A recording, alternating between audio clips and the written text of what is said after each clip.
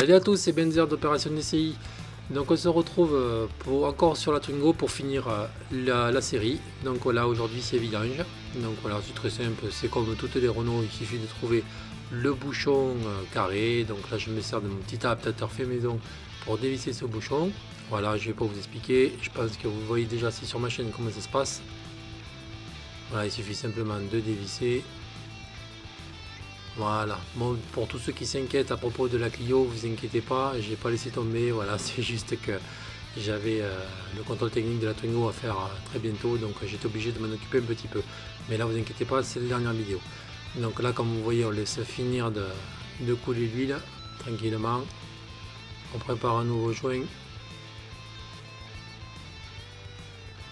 Voilà, il y a juste qu'à reviser. Sur cette voiture, c'est pas très compliqué l'entretien, il est très simple.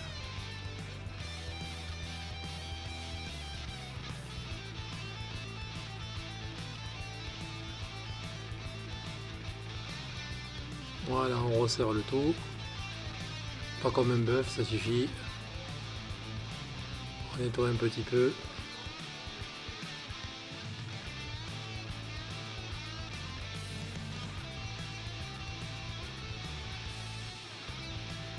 On met un peu de nettoyant frein histoire d'enlever tout le gras. Ça mange pas de pain, voilà.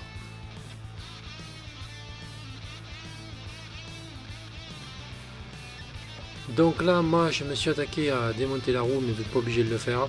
Ça donne un accès plus simple au filtre, mais bon, c'est pas obligé parce qu'on peut y accéder sans lever le véhicule. Mais bon, moi, j'avais besoin de contrôler mes plaquettes de frein vu que la voiture passe au contrôle. Donc c'est pour ça qu'en même temps, j'en ai profité pour regarder ce qui se passe au niveau de mes plaquettes de frein et de mes disques de frein.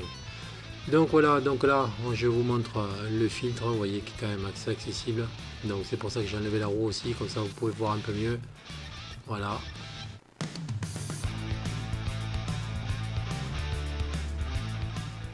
Donc voilà, là c'est vu avec véhicule non levé. Donc vous voyez, l'accès est quand même assez simple pour aller enlever le filtre. En plus, il est très bien placé, donc quand vous allez l'enlever, normalement vous ne devrez pas avoir trop d'huile qui va vous tomber dessus.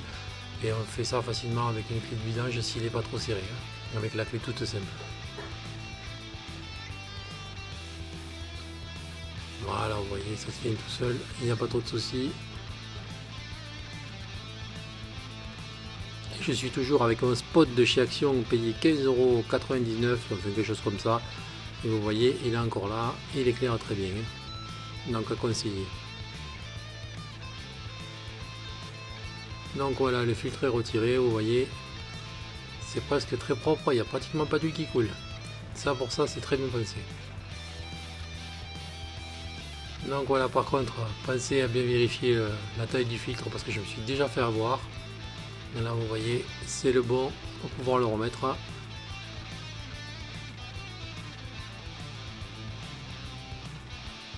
Voilà, je vous montre, comme ça vous avez la taille. Parce que c'est arrivé que je me fasse avoir par Oscaro et compagnie. Ils m'ont pas livré de bon filtre et j'étais un petit peu embêté. Donc voilà, je nettoie un petit peu et puis il suffit juste de nettoyer un petit peu comme ça, que ce soit pas trop sale pour enlever l'excédent d'huile.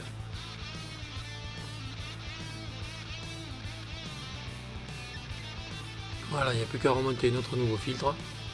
Ne le serrez pas à la clé, essayez de serrer un maximum avec la main, mettez juste même pas un tour à la clé, mais juste que ça serre un petit peu, parce que sinon après pour le démonter, vous allez vous amuser.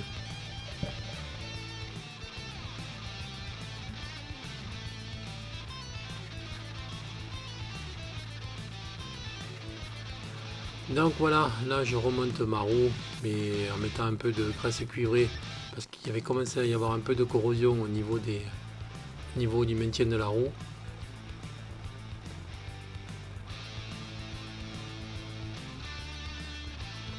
Donc voilà, maintenant qu'on a fini tout ça, il n'y a plus qu'à remettre de l'huile. Donc n'en mettez pas trop, parce que je crois que ce moteur contient à peu près 3 litres, 3 ou 4 litres à peu près. Et faut y aller par petite dose, vaut mieux que vous en remettiez plutôt qu'en mettre trop et devoir tout revidanger. Voilà, on contrôle son niveau pour voir si tout va bien.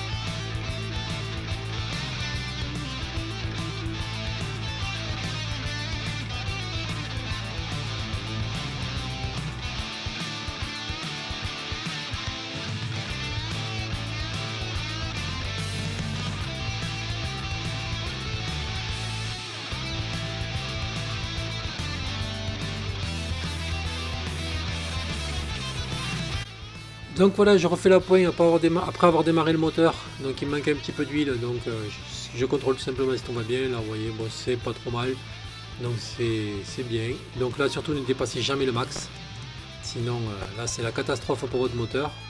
Voilà. Donc les prochaines vidéos, ça sera sur la Clio. On va essayer de tester l'extracteur de joint BGS pour voir s'il m'enlève bien le joint. Donc voilà. Donc voilà, ça c'est fini pour les vidéos sur la Twingo. Voilà, je sais que beaucoup en ont fait, mais bon, moi j'ai fait à ma version. Là je contrôle pour voir si le filtre ne fuit pas, apparemment tout va bien. Donc voilà, allez, on se retrouvera sur la Clio. Merci, au revoir.